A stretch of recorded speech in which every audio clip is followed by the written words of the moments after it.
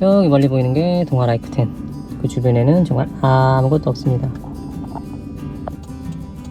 펜스가 쳐져 있는 이곳이 바로 대광 로제비앙 KTX 호송역 대광 로제비앙 자리가 이곳입니다. 안녕하세요. 반갑습니다. 청주의 부동산 시장, 부동산 이야기하는 남자 도고츠 인사드리겠습니다. 반갑습니다. 오랜만에 컨텐츠를 찍는 것 같습니다. 오늘도 뭐 평소와 특별할 거 다를 거 없이 오디오 컨텐츠로 여러분들 찾아뵙고 있습니다. 자, 오늘은 지금 얼마 전에 막 청약이 끝난 오송에 있는 대광 로제비앙 임대아파트 여기에 대한 이야기를 한번 해볼까 합니다. 이미 청약 일정이 다 지났기 때문에 제가 지금 영상을 찍는 이유는 특별히 청약을 권유한다거나 이런 목적의 영상이 아니기 때문에 경계심은 가지시지 말고 들어주시면 감사하겠습니다. 자, 먼저 얼마 전에 끝난 대광 로제비앙 임대아파트 과연 피가 얼마나 붙었을까요? 저는 사실 특별하게 이렇게 크게 관심을 안 가졌는데 제가 알고 지내는 이제 부동산 사장님께서 하도 만났을 때도 얘기를 하시고 문자로도 얘기를 하시고 심지어 전화까지 이렇게 해주셔가지고 청약을 넣게 되었습니다. 저 말고도 많은 분들께서 부동산 사장님 MGM 이름으로 등록을 해서 지금 뭐 한 10개 이상의 매물이 지금 부동산에 등록되었다고 합니다. 임대 아파트 같은 경우에는 평균 뭐 MGM 가격이 어느 정도인지 몰라도 일단 그 사장님 앞으로 임대 등록을 했다면은 뭐 적어도 몇십만원에서 100만원 가량의 돈이 나오기 때문에 그 사장님 벌써 뭐 10개 정도만 본인 앞으로 등록을 해도 벌써 거의 1000만원 가까이 되는 구매를 버신 거죠. 자, 이번 청약에서 굉장히 신기한 이벤트가 일어났습니다. 바로 1500세대 임대 분양임에도 불구하고 전국적으로 10만 명이 넘는 사람들이 이 아파트 청약에 도전했다는 사실이죠. 대략 한 70대 1 정도의 경쟁률을 나타냈다고 합니다. 70대 1이면 물론 전국 청약률이긴 하지만 이거 성공하신 분은 정말로 운이 좋으신 분이라고 할 수 있겠습니다. 자, 그러면 어떻게 이렇게 높은 청약 경쟁률을 나타냈느냐. 1군 건설사도 아니고 그렇게 뭐 세종처럼 먹기만 하면 피가 확 붙는 그런 시장도 아닌데 분양가 상한제에 걸려서 갭매우기 뭐 그런 것도 안 들어가는데 어떻게 이렇게 높은 청약 경쟁률을 기대하게 됐느냐. 이건 어떻게 보면 당연했을 수도 있습니다. 왜냐면 지금 시장에 어마어마한 투자 대기 자금들이 쌓여있다고 하잖아요. 오늘 청약한 카카오게임즈 이 청약 경쟁률, 물론 주택시장과 좀 다른 시스템이긴 하나 신주 청약하는 거 그 경쟁률만 봐도 지금 시중에 유보금이 얼마나 많은지를 알 수가 있습니다. 최근에 분양했던 대광 로제비앙도 뭐 전매 제한도 없고 주택수에 들어가지도 않고 청약 통장도 필요 없고 하니까 개인 명의만 있으면 누구나 다 할 수 있는 거죠. 거기다가 부동산 사장님들께서 MGM 그러니까 뽀찌 먹기를 위해서 홍보를 대대적으로 해주는 바람에 이 어마어마한 청약 경쟁률을 나타낼 수 있었다고 생각을 합니다. 자, 그러면 어떻게 이렇게 많은 전국에 있는 사람들이 이 시골 외딴 곳에 있는 이 오송이란 곳에 그것도 임대아파트에 이렇게 관심을 갖게 됐을까요? 역시 가장 큰 이유는 오송 바이오폴리스, 오송 생명과학단지 이쪽이 아니라 역시나 세종 효과겠죠. 최근 세종시가 이렇게 정치권으로부터 여러가지 푸시를 받으면서 최근 조치원까지도 집값이 상승했다고 합니다. 조치원보다 훨씬 더 깔끔하고 신도시 느낌도 있고 주변에 자족시설을 갖춘 그런 도시다 보니까 당연히 외지인들 보기에는 오송이 세종 효과를 누리는 도시로 매력 있을 수밖에 없었겠죠. 자, 그리고 중요한 것은 또 지어지는 데 시간이 있으니까 그간에 또 세종의 이벤트가 발생하면 그것과 시기적으로 맞물리는 그런 시너지가 있기 때문에 더욱더 아마 인기가 많아지지 않았을까. 또 외지, 타지에 있는 부동산 사장님들께서 자기 고객들을 유치하는데 그것을 모토로 내걸고 아마 사람들을 땡겨오지 않았을까 이렇게 생각을 합니다. 저 역시도 제가 거래하는 부동산 사장님의 권유를 통해서 이곳에 청약을 들어가게 되었습니다. 이미 그때부터 로얄층, 로얄동 기준해가지고 피가 2천만원 정도 붙을 거라고 저한테 제시를 했고 청약만 받아오면 2천만원 받아주겠다고 하시니까 저도 들어가게 됐습니다. 하지만 역시 뭐 결과는 아시다시피 광탈했죠. 만약에 오송역을 도보로 간다면은 이 길을 걸어서 가야 할 겁니다. 가깝지는 않네요. 오송역까지. 그리고 역 출구가 이쪽으로 갖춰지지 않기 때문에 좀 건너가야 할 필요가 있을 것 같습니다.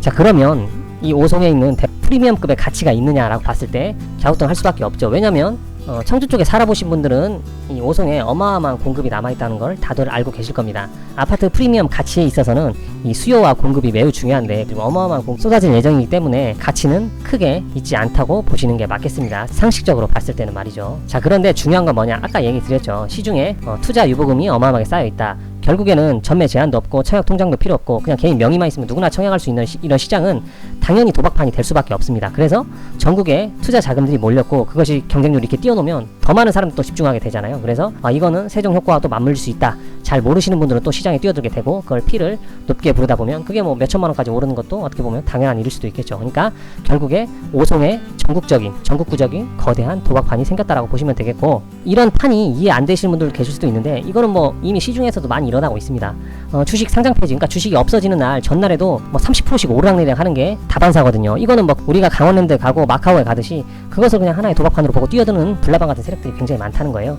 그게 그대로 요 부동산 임대 아파트 판에 걸린 거죠. 결국에 안 된다면은 청약을 포기한다든지 어차피 30만 원까지 다 돌려받을 수 있는 상황이니까. 자, 이렇게 도박판 입장권이라고 할 수 있는 임대 아파트의 프리미엄, 혹시 설마 부동산에 관심 많다고 하시는 분들 중에서 이거 청약 안 들어가시는 분은 없을 거라고 생각합니다. 여러분들께서 뭔가 투자를 하실 때는 잃는 것과 얻는 것을 한번 비교를 해보셔야 돼요. 얻는 것보다 잃는 게 적을 때 우리는 유리한 게임이라고 생각하고 그 게임에 참여하게 됩니다. 심지어 잃는 게 전혀 없는 게임들도 있거든요.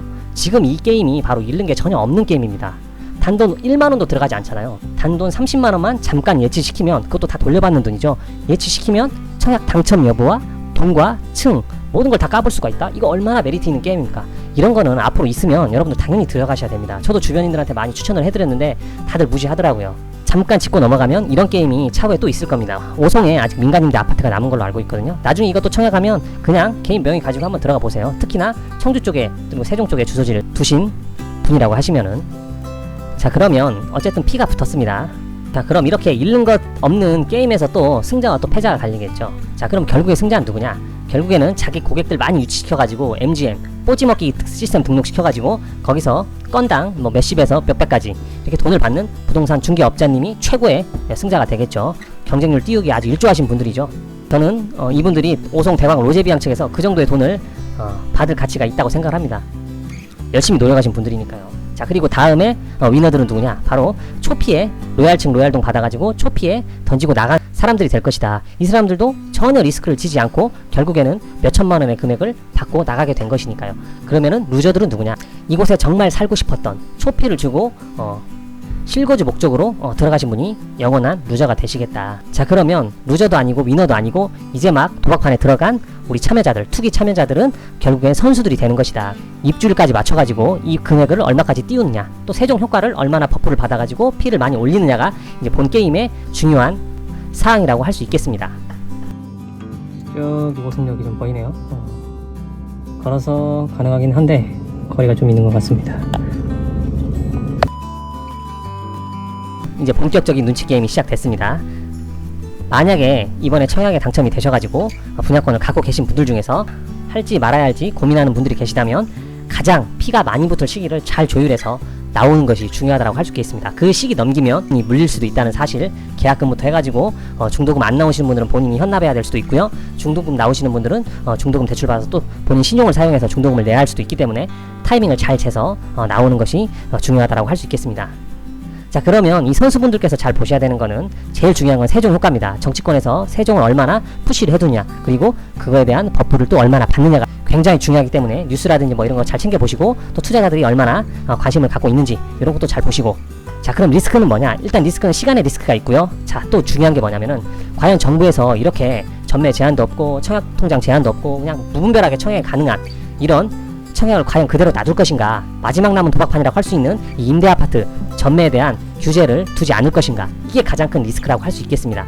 만약에 피를 주고 분양권을 구매하신 분이나 실거주로 들어가서 사실 생각이 없으신 분들이라면 이 리스크가 존재하는 사실을 굉장히 유념하시고 또 다음에 있을 민간임대 아파트 들어가실 분들도 이 리스크를 가장 중요하게 생각을 해야 될 것입니다. 그리고 시간의 리스크와 마지막으로 어느 시점에 가장 높은 피를 받을 수 있을 것인가. 피가 꺾이기 전에 팔고 나오셔야 된다는 사실. 피가 한번 꺾이면 뚝 떨어져 버리거든요. 그 점 참고하셔가지고 시기를 잘 조율해서 팔고 나오시길 바라겠습니다. 그리고 저는 이게 또 완전히 나쁘다고는 생각 안 하거든요. 세종이 얼마나 더 클지는 모르겠지만 8년간 민간 임대로 살지 말지 결정할 수 있다는 사실도 굉장히 매력적이라고 생각을 하거든요. 조금 아쉬운 건 뭐냐면 주차 대수가 1.2대라는 사실과 민간 임대 아파트라는 사실, 그리고 1군 브랜드 건설사가 아니라는 사실, 이게 조금 아쉽긴 한데 그래도 실거주로서 피 주고 사신 분들이 아니라 이번에 청약 들어가셔서 본인이 입주하신다고 하시는 분들은 저는 충분히 메리트가 있다고 생각을 하기 때문에 뭐 그 부분에 대해서도 나쁘게 얘기하지는 않겠습니다. 어쨌든 결국에 도박판은 벌어졌고 중요한 것은 언제 빠져나오느냐, 그리고 정부의 규제에 대한 리스크, 그리고 시기에 대한 리스크, 또 세종 효과, 이 세종 효과의 버프를 가장 높이 받았을 때 팔고 나와야 된다는 사실, 그리고 피가 꺾이기 시작하면 급속하게 떨어질 수 있다는 사실, 요것들 좀 명심을 해두시고 투자에 임하시면 좋을 거라고 생각합니다. 그리고 실거주자분들은 1억 5천 정도 내고 그리고 8년 동안 부담없이 내 집처럼 사용하시는 것도 굉장히 좋은 대안이라고 생각하고 있습니다. 결국에 투자자로서 지켜봐야 될 것은 다음 민간 임대 아파트 분양이겠죠. 그때까지 규제가 나오지 않길 바라면서 오늘 컨텐츠는 여기까지 찍도록 하겠습니다. 감사합니다. 다음 영상에서 찾아뵙도록 하겠습니다. 건너편으로는 주거단지가 조성이 되어 있네요. 바이오폴리스 중에서는 그래도 제일 번화한 거리 같긴 한데 아직은 많이 부족합니다.